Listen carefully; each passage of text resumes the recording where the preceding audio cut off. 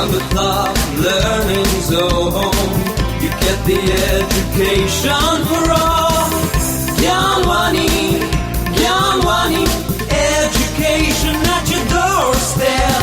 It's only Gyanwani. Namaskar, my name is Shilpa Jadhav. I am teaching sociology in NG Acharya and DK Marathi College at Chembur. Friends, today we are going to see the 27 principle of the Rio Declaration. The first principle, the role of mass. The human beings are the center of concern for sustainable development. They are entitled to a healthy and productive life in harmony with nature. The second one, state sovereignty. State have, in accordance with the Charter of the United Nations and the principle of international law, the sovereign rights to exploit their own resources pursuant to their own environmental and developmental policies, and the responsibility to ensure that activities within their jurisdiction or control do not cause damage to the environment of other states or of areas beyond the limits of national jurisdiction. The third one, right to development. The right to development must be fulfilled so as to equitably meet development and environmental needs of present and future generation. The fourth point, environmental protection in the development process. That is, in order to achieve sustainable development, environmental protection shall constitute an integral part of the development process chain, cannot be considered in isolation from it. The fifth one, eradication of poverty. All states and all people shall cooperate in the essential tasks of eradicating poverty as an indispensable requirement for sustainable development in order to decrease the disparities in standards of living and better meet the need of the majority of the people. The sixth one, priority for the least developed. The special situation and needs of developing countries, particularly the least developed, and those countries, particularly the least developed and those most environmentally vulnerable, shall be given special priority to international action in the fields of environment and development, should also address the interest and need of all countries. The seventh one, state cooperation to protect ecosystem. The state shall cooperate in spirit of global partnership to conserve, protect, and restore the health and integrity of the earth ecosystem in view of the different contributions to global environmental degradation. States have a common but differentiated responsibilities. The developed countries acknowledge the public responsibility that they bear in the international pursuit of sustainable development in view of the pressure their societies place on the global environment and of the technological and financial resources they command. The eighth one, reduction of unsustainable pattern of production and consumption. To achieve sustainable development and a higher quality of life for all people, states should reduce and eliminate sustainable patterns of production and consumption and promote appropriate demographic policies. Ninth one, capacity building for sustainable development. State should cooperate to strengthen endogenous capacity building for sustainable development by improving scientific understanding through exchange of scientific and technological knowledge, and by enhancing the development, adaptation, diffusion and transfer of technologies, including new and innovative technologies. The 10th one, public participation. Environmental issues are the best handled with the participation of all concerned citizens at the relevant level. At the national level, each individual shall have appropriate access to information concerning the environment that is held by public authorities, including information on hazardous material and activities in their communities, and to opportunity to participate in decision-making process. State shall facilitate and encourage public awareness and participation by making information widely available, effective access to judicial and administrative proceedings, including redress and remedy shall be provided. The 11th, National environment legislation. State shall enact effective environment legislation. Environment standards, management objectives and priorities should be reflect the environmental and developmental context to which they apply. Standards applied by some countries may be inappropriate and unwarranted economic and social costs to other countries, in particular developing countries. The 12th one, supportive and open international economic system. States should cooperate to promote a supportive and open international economic system that would lead to economic growth and sustainable development in all countries to better address the problems of environmental degradation. Trade policy measures for environmental purposes should not constitute a means of arbitrary or unjustifiable discrimination or a discussed restriction on international trade or unilateral actions to deal with environmental challenges outside the jurisdiction of the importing country should be avoided. Environmental problems should, as far as possible, be based on an international consensus. The 13th one, compensation for victims of pollution and other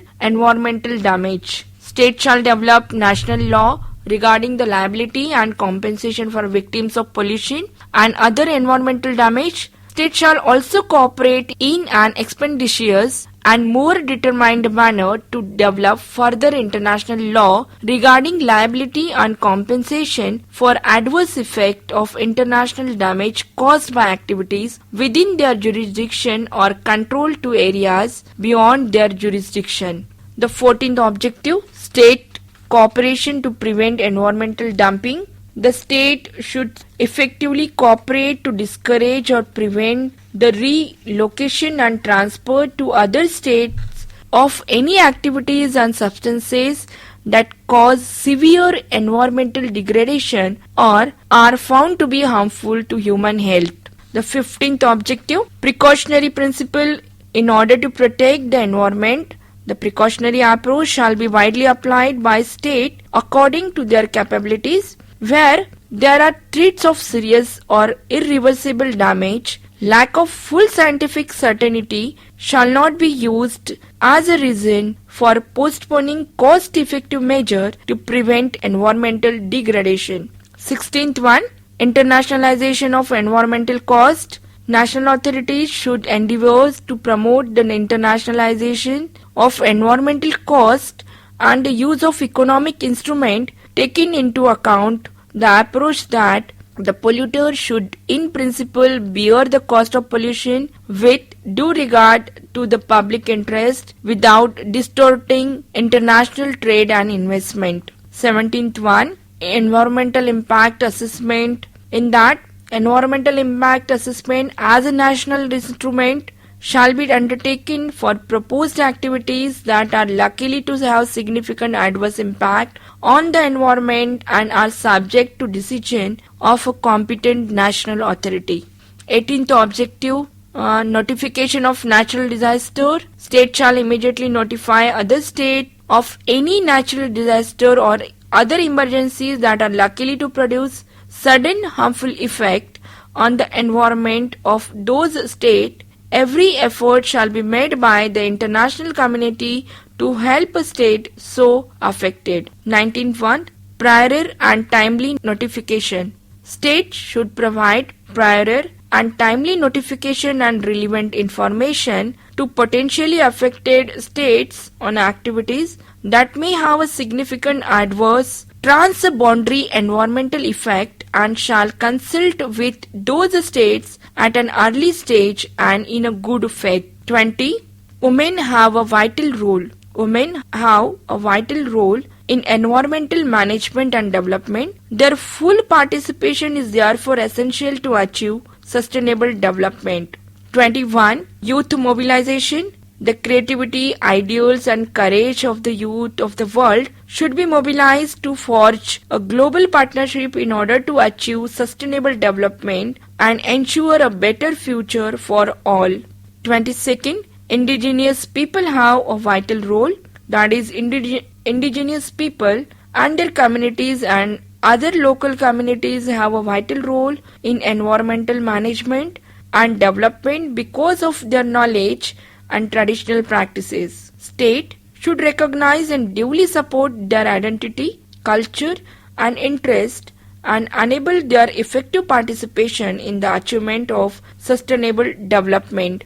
23rd objective, people under operation. The environment and natural resources of people under operation, domination and occupation shall be protected. The 24th, warfare. Warfare is inherently destructive of sustainable development. State shall therefore respect international law providing protection for the environment at times of armed conflict and cooperate in its further development as necessary. 25th, peace, development and environmental protection. Peace, development and environmental protection are interdependent and indivisible.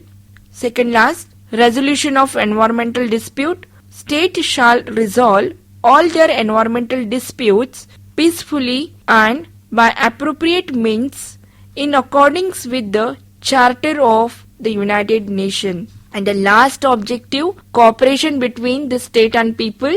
The state and people shall cooperate in good faith in a spirit of partnership in the fulfillment of the principles embodied in this declaration and in the further development of international law in the field of sustainable development. Now we are going to see the global environmental movement in North and South. The environmental movement might be said to have begun centuries ago as a response to industrialization. In the aftermath of the Second World War, the rise of the nuclear age introduced fears of a new kind of pollution from deadly radiation. The environment movement gained a new momentum in 1962 with the publication of Rachel Carson's book name The Silent Spring, which warned about the agricultural use of synthetic chemical pesticide. A scientist and writer, Mr. Carson stressed the need to respect the ecosystem in which we live in order to protect human health as well as the environment. The environment movement is deeply concerned about the growing problem of climate change. The climate change, the air, its temperature, the winds, the cloud and the weather is the most complex system in the global environment. Over the past 200 years, humans have begun to disrupt one of the most basic part of that system, the way that the air is heated and cooled by the greenhouse effect. By burning more and more coal, oil and natural gas for fuel, we have begun to change the climate. Saving tropical forests as a global warming's countermeasures has become one of the environmental movement's most decisive issues. Divisions are just as sharp as the better known ones between government position. While the debate is often couched in scientific terms and with appeals to high universal principle, the position of the different participants to debate are better understood in terms of hidden agendas, conscious or not. In the case of European governments which oppose inclusion of forest in the Kyoto Protocol's clean development mechanism competitiveness as compared to the US. In the case of Brazil, opposition including avoided deforestation fit with the conspiracy theories regarding internationalization of the Amazon. For European and European dominated non-governmental organizations, that is NGOs, opposition to forest is best explained as an opportunistic blow at US consumption culture, which is revealed for reason largely unrelated to climatic change. From the point of view of Brazilian NGOs concerned with maintaining Amazonian forest, these alternatives agendas are side issues that, attractive as they might be, do not merit throwing away a major opportunity for obtaining monetary flows for forest maintenance. More carbon can maintained in the forest than the amount of carbon credit granted. In this way, even if the carbon in the forest is temporary, at some point a net benefit exists for the climate from having the forest project. Instead of smaller reduction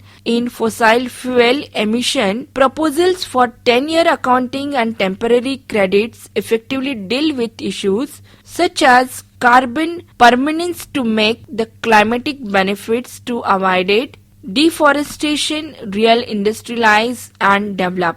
After a blush, it makes a sense that they should based on equality and the notion that rich countries have no right to make demands of the so-called poor countries. We in the North have benefited from the development. How can we deny the South the right to follow in our footsteps? This argument suffers from the two case flaws. First, people in the South simply cannot replicate the development path taken by the North. Not only has our development already used up too much of the planet's resources, including its ability to absorb carbon dioxide emission, but the South has no colonies to supply it with cheap resources and labor, no third war to exploit. Second, arguing for equity ignores the fact that development and globalization do not benefit the majority. They have instead been responsible for dramatic increase in poverty, while primarily benefit only a small wealthy elite. This latter point underlies the dark reality behind the US government attitude to climate change. According to Weldon Bellow, senior analyst at Focus on the Global South, today most manufactured goods and a large proportion of agricultural products that are consumed in the North and produced in the South, global corporations benefit from raw material and cheap labor in the South. In the industrialized countries where salaries are high and resources are more depleted and protected, the profit potential for global corporation is not as large, so expansion into the South is essential for their growth, and it is these institutes that are behind the notion that the people in the West cannot tell the South to limit their carbon emission. In fact, Lee Raymond, president of ExxonMobil, traveled around the developing world some years ago, warning leaders not to participate in treaties on climate change if they wanted to attract foreign investment.